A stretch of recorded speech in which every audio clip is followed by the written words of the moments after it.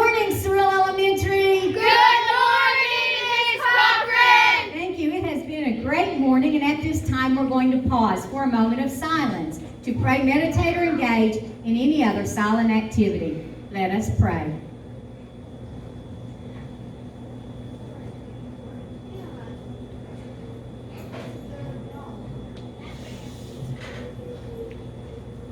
Thank you. You may stand. Attention to women. I pledge allegiance to the flag of the United States of America and to the republic for which it stands, one nation, under God, indivisible, with liberty and justice for all. Did you salute pledge? I salute the flag of the state of Oklahoma. Its symbols of peace unite all people. I'm in a winner. My destiny is in my hands. I will determine what I become.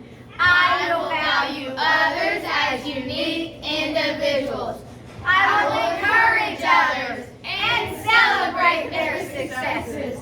I will have respect for myself and others. I will set a good example.